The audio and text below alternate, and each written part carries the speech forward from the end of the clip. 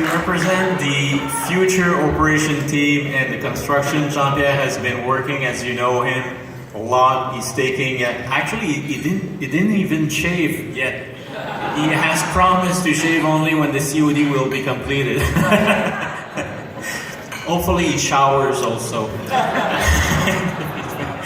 But Jean-Pierre is a hard worker, like everybody. He's a teamwork, but we have to recognize also the people on the ground and the future operation. So who else to represent and to accept this little token to the future operation and the construction team that was working so hard. Thank you.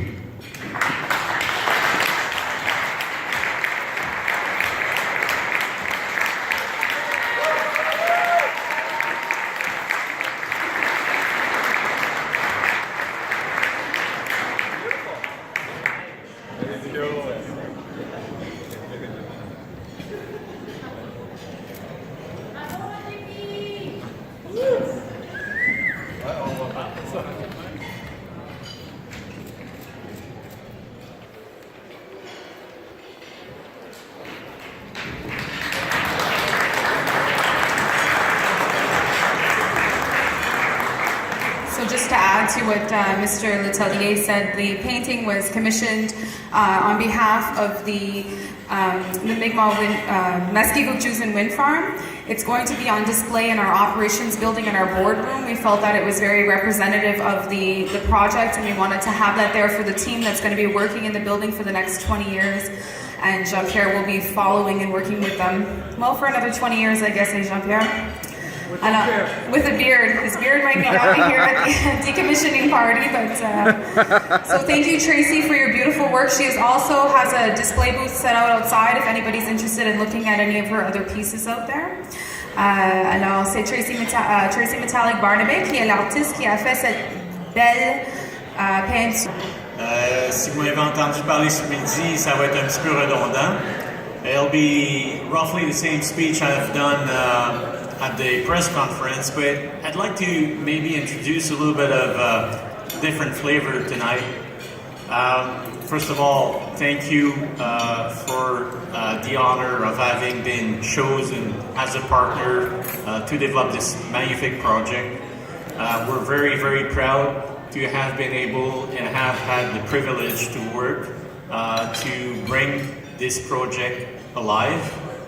I think it's an effort of a team. A team effort is also meaning a lot of people. We have great people in the room tonight, people that have been able to work together. I've heard a lot of unity among the three Mesgi'g community. I think this is showing a lot of leadership amongst the chiefs and the other member of the community. For us, it's very important to work as a team. I heard also the future generation. For us, it's also very important. I think that the sign that we've seen at noon when the young children cut the ribbon, we are developing renewable project in a sustainable way so that our future generation will be able to benefit from a cleaner air and water. I heard a lot about the prayers that comes to the earth. We've seen the culture of the Mi'kmaq at the beginning. That touched me a lot because I'm in a suit now, but I like to be in the woods. I like the water. I like sailing. I like fishing. I like hunting, and all those things are directly linked to how we will treat the planet in the future. So I'm very, very proud to see in one project what we have been able to achieve. We always talk at Interjects of sustainable development. Some people are making it very complicated.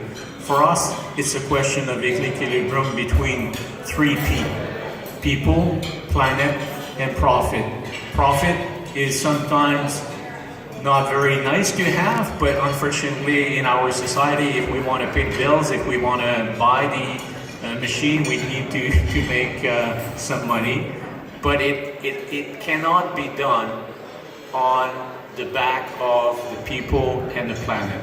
So I'm so proud to see what we have been able to achieve here in this project of having found this equilibrium between making sure that the people from the Mi'kmaq community and also the MRC community to be able to share and achieve some benefit into the future for this project. Great to have seen some people working on site.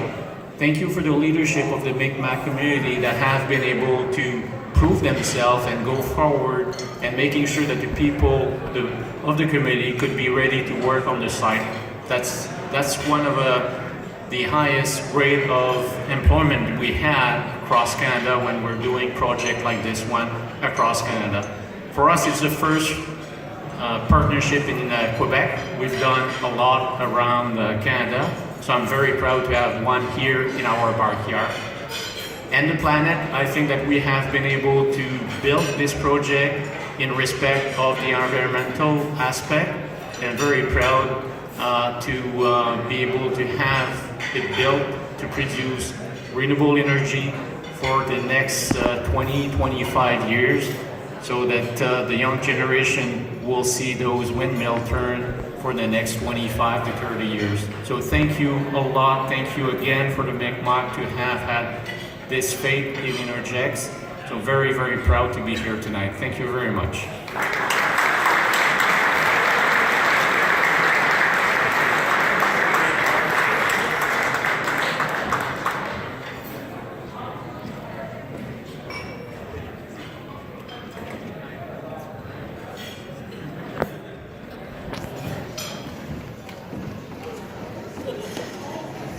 Merci, Michel.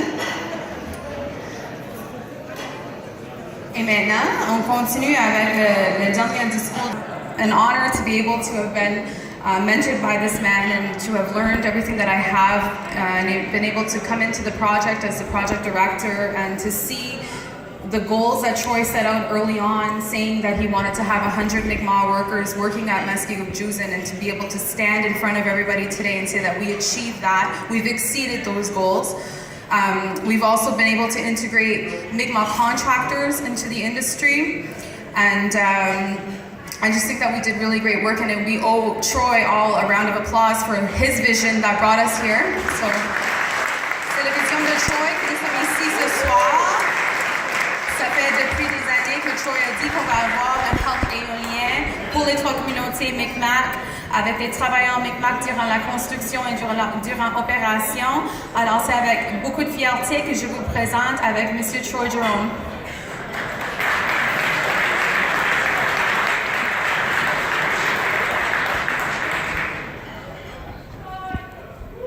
Merci.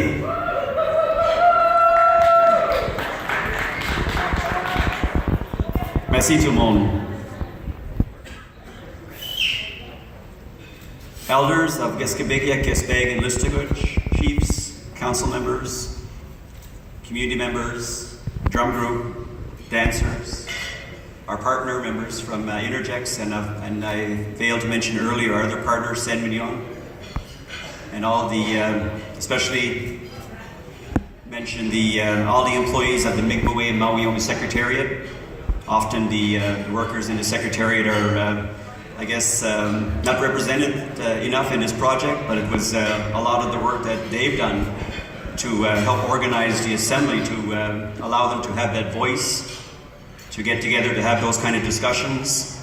And 7 years ago, 8 months, and 20 days ago, put a resolution on the floor when there was 21 council members in the room, 3 chiefs and 9 elders, and the Secretariat went in front of the Assembly, and they said, through the Nimitkinen, it is clear that we have a message. It was to access our resources, to repatriate our lands, to get money from these resources, to fund our own governance, and to lift up our people, and allow our kids to go into our own schools and have our own education, and not partly funded, but fully funded.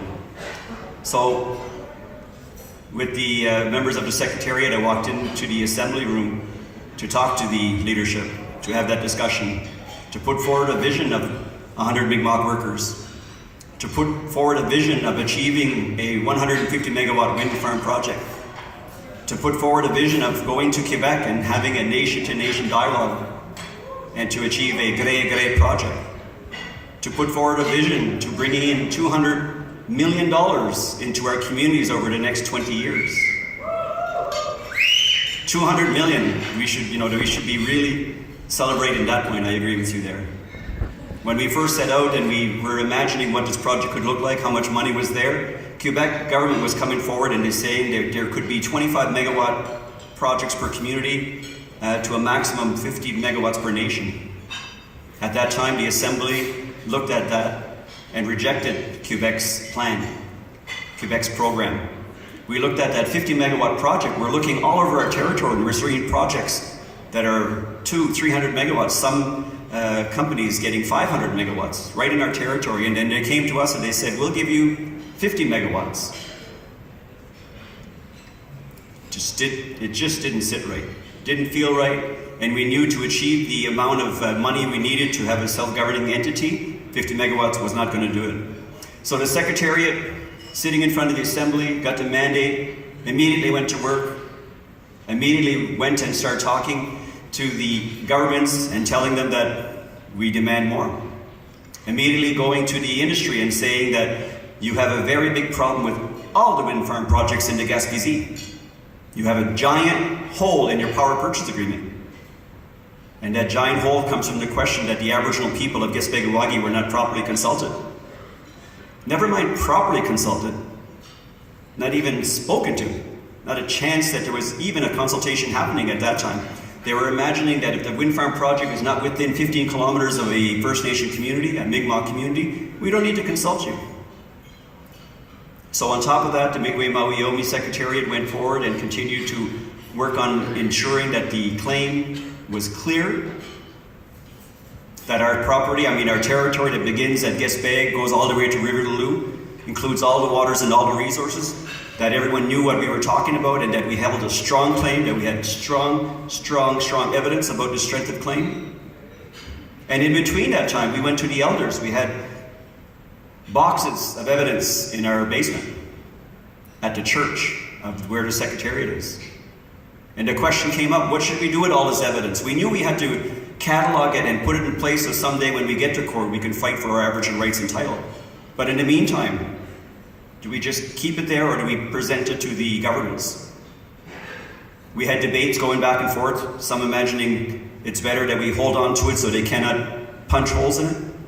Others are saying, we're strong, it's ours, let's get out there. So we went to our elders and we asked them the question. We spent, I believe, 2 days in deliberation just asking that very question. And I think the thing that they came back and asked us, they asked us the question. Is it a strong case? Do you have enough of the evidence that is there? And we looked back and we said, yes, it is. So they continued their deliberations and at the end they said yes. We told people when we gathered the evidence, when we asked people for their pictures, we asked people for their stores, we asked people to sit with us and tell us about where they hunt fish, what they know about their stories from their elders, our oral history. They said when we asked people for that, we said that we would give them back something. And we did give them back something. One of the other great projects that the Maui Secretariat has been working on for the last 8 years was our history book. Inta Dukwachanminin.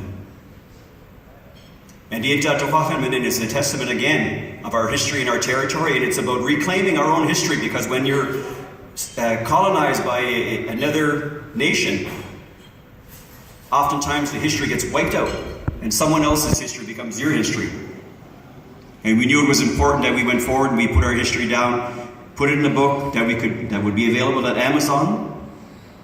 And we also bought enough of those textbooks to put in every Mi'kmaq person's hand. And right now, we talk to some of the young people when they're going to school, when they're doing research, when other people are talking about the history, saying this is the way it was, they're able to hold up a textbook that has a very strong bibliography in there and saying, that's not the truth, this is the truth. This is where we come from, this is what we represent, this is how we are on our lands, this is how we've always occupied our lands. And one strong message as well is that we were here first. A lot of people keep thinking that our claim's not strong enough and, we have to juggle and fight and do things just to get enough to feed our children and just enough to fund our governance. And it has been like that. I started working in the band council in 1989. Became a CEO a couple of times there, and what we did often was fight for cash flow, just to keep the programs alive. We were funded at 60 cents on the dollar for our education, for our social services program. And at the time, there wasn't a national study, so we didn't even know that. We just thought that we were, maybe we were not the best managers in the world. Maybe there was too much need. Maybe people were asking too much.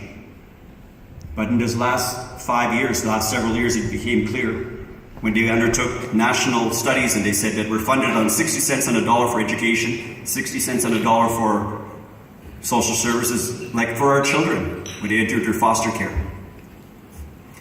So that's a travesty. So in my office, I want to mention a person that's sitting in my office with me for the last 8 years. I called my colleague tonight and asked her, make sure I get his name right again. How old is he? And what does he represent? A lot of people would remember him from 1981 when Quebec came into our communities and said, you're not going to fish this way no more. You're going to fish the way we tell you. And the Mi'kmaq and the salmon are brothers. That is our brother. The salmon provides its life for us so we can sustain ourselves. And for a foreign nation to come along and say, this is the way you're going to fish, no one bought it. And we set out to defend our territory and our fishery, and we continue to fish the way we wanted to fish, and we won that war. But Joe Lebeau, in 1981, 35 years ago this year, he would have been in his 90s in 81, and he passed away in 1997. And this man, they took a picture of him at the time. He took an axe and he dragged it and he made a line in the sand, a line in the dirt, saying, no further, this is it. So I think what we want to do here today, and thinking about this project, we want to draw another line. In the 16 years that the Mi'kmaq Mawiomi came together on August 4, 2009 with their late elders, Miss Albertine Chacon, the late Mrs. Eva Mitchell, and the late Alma Vicaire.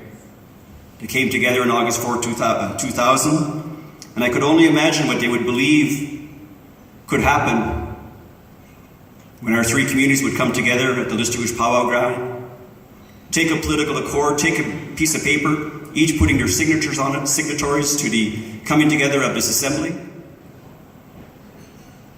That they would see us sitting here tonight, talking about how we're able to get on our lands, declare that piece of land right there is our land, where we're building our wind farm, and don't come here because that's our wind farm land.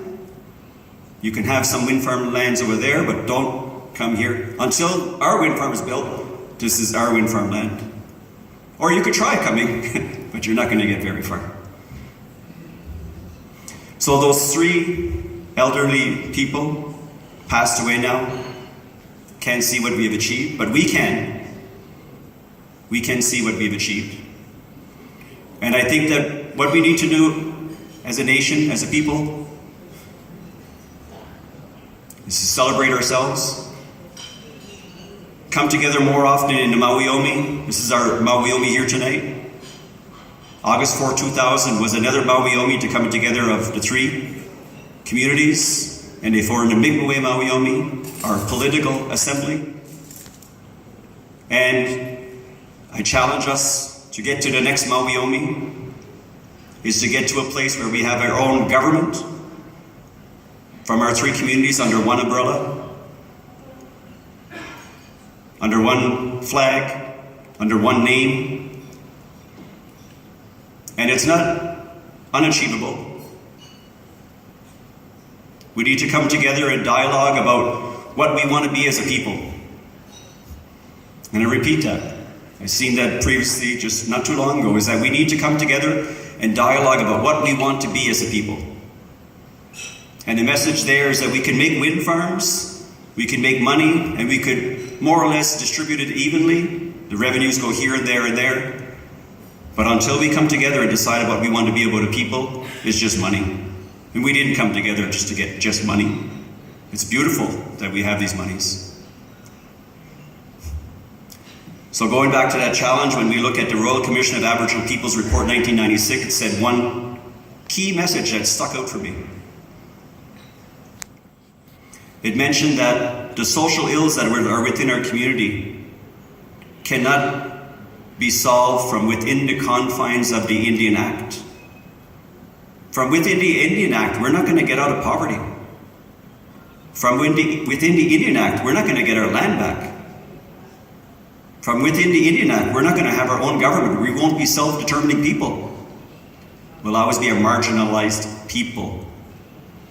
So let the Mesgi'g Wind Farm project stand as a testament, as one step closer to achieving the nation-building idea that we have about coming under one flag, having our three communities together, the Mi'kmaq Wyoming form its own government, funding our own government, and taking care of our children.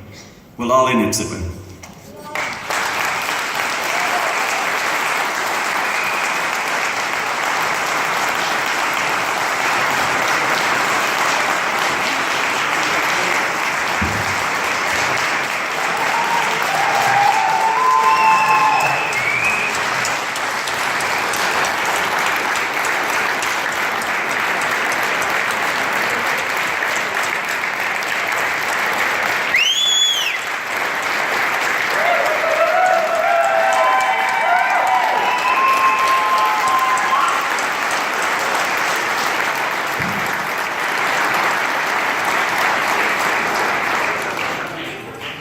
Thank you for that, Troy. And on behalf of Mesgi'g, we'd like to present you with a token of appreciation for all of your hard work.